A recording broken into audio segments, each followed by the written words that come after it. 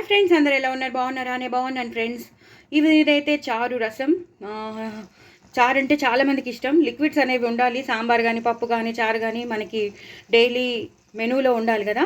So చారు పెట్టేస్తున్నాను. So చారులో నేను ఫస్ట్ అయితే చింతపండు తీసుకున్నాను, తగినన్ని నీళ్లు పోసుకున్నాను, పసుపు వేసుకున్నాను, పచ్చిమిరపకాయలు వేసుకున్నాను. ఇప్పుడు బెల్లం వేసేస్తాను. బెల్లం అంటే పౌడర్డ్ బెల్లం మా ఇంట్లో ఉంది కాబట్టి పౌడర్డ్ బెల్లం వేసేసాను. మీకు ఇష్టం లేకపోతే కానీ చారులో మాత్రం కంపల్సరీ వేయాల్సిందే. పంచదార కూడా వేసుకోవచ్చు, బట్ కొంచెమైనా పంచదార కానీ బెల్లం కానీ వేస్తేనే టేస్ట్ వస్తుంది చారుకి. అలాగే తగినంత ఉప్పు వేసేస్తాను. ఫ్రాక్చర్ చేయితో వేయడం చాలా కష్టం, చాలా స్లోగా వేస్తాను, ఏమనుకోవద్దు.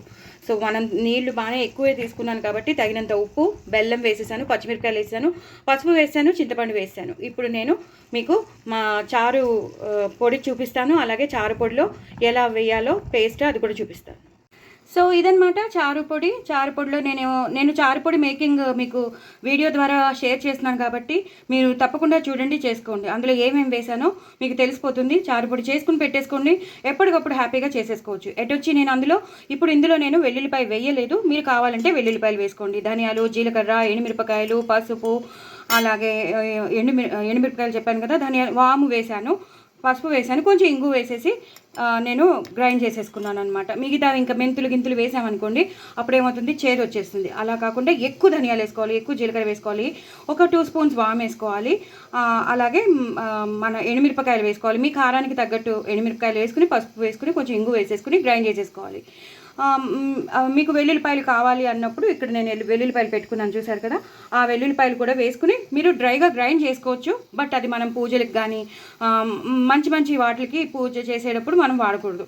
లేదు మామూలుగా రెగ్యులర్గా మేము వాడుకుంటాం అన్నప్పుడు ఈ వెల్లుల్లిపాయలు కూడా వేసుకుని మనం డ్రైగా గ్రైండ్ చేసుకోవచ్చు. ఇప్పుడు నేనేం చేస్తానంటే నేను మంచి పౌడర్ అంటే వెల్లుల్లిపాయలు వేయని పౌడర్ని నేను తీసి పెట్టేసుకుని నాకు ఎంత కావాలో చారుకి అంత తీసుకుని అందులో నేను ఇప్పుడు ఈ వెల్లుల్లిపాయలు, పచ్చిమిరపకాయలు,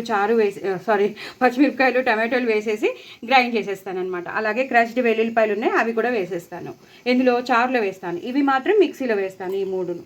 సో ఒక మసాలా పేస్ట్ అయిపోతుంది, చారు పొడి పేస్ట్ అయిపోతుంది. ఆ చారు పొడి పేస్ట్ని మనం చింతపండు నీళ్ళలో ఇందాక మీకు చూపించాను కదా అందులో వేసేయాలి. సో చూసారు కదండి, చారు మరిగే లోపల నేను పేస్ట్ కూడా చేసి పెట్టేసుకున్నాను. ఇందాక మీకు చారు పొడి చూపించాను కదా, అందులో టమాటో వేసి పచ్చిమిర్చి వేసేసి నేను చేసి పెట్టేసుకున్నాను. ఇందాక నేను మీకు చూపించిన చారు పొడిలో నేను మిరియాలు వేయలేదు. మీరైతే మిరియాలు వేసుకోండి. నా ఇంట్లో మిరియాల పొడి ఉంది కాబట్టి నేను ఇంకా మిరియాలు వేయలేదు. మిరియాల పొడి లేని వాళ్ళు కంపల్సరీ మిరియాల పొడి అనేది తప్పకుండా వేసుకోండి. అప్పుడే చారుకి టేస్ట్ వస్తుంది. ప్లస్ మనకి ఆరోగ్యానికి కూడా చాలా మంచిది, డైజెషన్ బాగుంటుంది. దగ్గు, జలుబులు ఇలాంటివి జ్వరాలు ఏమైనా వచ్చినా కూడా తగ్గిపోతాయి అన్నమాట. సో మిరియాలు అనేవి ఇందాక నేను వేసిన దాంట్లో తప్పకుండా మీరు వేసుకోండి. మా ఇంట్లో ఇది ఉంది కాబట్టి, మిరియాల పొడి ఉంది కాబట్టి నేను ఇందాక యాడ్ చేయలేకపోయాను.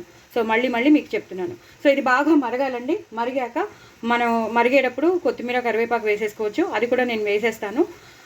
తర్వాత పోపు వేసేటప్పుడు మీకు చూపిస్తాను. నేను ఉప్పు కూడా వేసేసుకున్నాను, బెల్లం కూడా వేసేసుకున్నాను కాబట్టి ఇంకా అన్నీ వేసేసినట్టే. చారు పొడిలో ఏమేమి కావాలో అన్నీ వేసేసినట్టే. సో నేను పోపు వేసేటప్పుడు మీకు చూపిస్తాను. డ్రైగా కూడా మనం చారు పొడి వేసుకోవచ్చు, లేదా ఇలా టమాటో కలిపి కూడా మనం చారు పొడిని పేస్ట్గా చేసి కూడా వేసుకోవచ్చు. చూసారు కదండి, చారు మరిగిపోతుంది. మనం వేసిన మా చారు పేస్ట్తో మరిగిపోతుంది. ఇప్పుడు నేను కరివేపాకు అలాగే కొత్తిమీర వేసేసాను. ఇప్పుడు ఇది చారులో బాగా మరగాలన్నమాట. మనం వేసిన మిరియాల పొడి కానీ, ధనియాలు, జీలకర్ర ఇవన్నీ వేసాం కదా, ఎండుమిరపకాయలు వేసి మనం చేసాం కదా. సో బాగా మరగాలి. ఆ ఫ్లేవర్ అంతా ఈ చారుకి పట్టేయాలండి. సో ఇది పట్టేస్తుంది, బాగా మరగాలి. ఒక 5-6 నిమిషాలు మనం అలా వదిలేస్తే మొత్తం చారు పొడి మనం వేసిన చారు పొడిలో ఆ టమాటో, పచ్చిమిర్చి అవంతా పట్టేస్తుంది అనమాట. సో బాగా మరిగాక పోపు వేసేటప్పుడు మీకు మళ్ళీ చూపిస్తాను. చూసారు కదండి, చారు మరిగిపోతుంది. ఇందాక మనం వేసిన చారు పొడి పేస్ట్తో పాటు టమాటో అవన్నీ వేసాం. అలాగే కొంచెం నేను 1 స్పూన్ సాంబార్ పొడి కూడా వేస్తాను, సో దట్ మంచి టేస్ట్ ఎన్హాన్స్ అవుతుంది. ఇప్పుడు నేను పోపు వేసేసుకుంటానండి. పోపు వేసుకునేటప్పుడు నేను ఆవాలు, జీలకర్ర, ఎండుమిరపకాయలు వేస్తున్నాను. హైలో పెట్టుకున్నాను.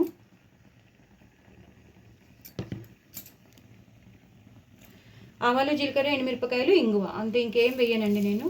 ఇంగువ మాత్రం కంపల్సరీ వేసుకోండి. ఎంత ఇంగువ వేస్తే అంత బాగుంటుంది చారు కానీ, సాంబార్ కానీ, పప్పులు కానీ.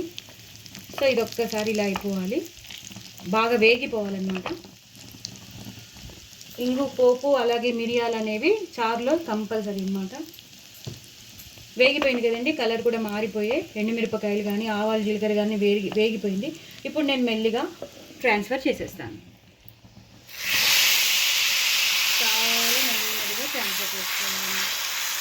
ఎంతో ఎంతో టేస్టీ అయినా, మీకు అసలు టమాటో కనబడదు, ఎంతో టేస్టీ అయినా చారు మీకు రెడీ అయిపోతుంది. ఈ సమ్మర్లోనూ బాగుంటుంది, వింటర్లోనూ బాగుంటుంది, ఎప్పటికైనా బాగుండే చారు అనమాట.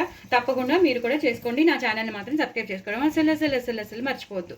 చాలా చాలా టేస్టీ అయిన రసం, సాంబార్ అన్నానా, సాంబార్ కాదు, చాలా చాలా టేస్టీ అయిన రసం మీకు సొంతం అయిపోతుంది. సాంబార్ కాదండి, చారు. ఓకేనా? నా ఛానల్ మాత్రం సబ్స్క్రైబ్ చేసుకోవడం మర్చిపోవద్దు. వ్యూస్ పెంచండి, సబ్స్క్రైబర్స్ని పెంచండి. వెరీ వెరీ టేస్టీ రసం అండి. బాయ్ అండి.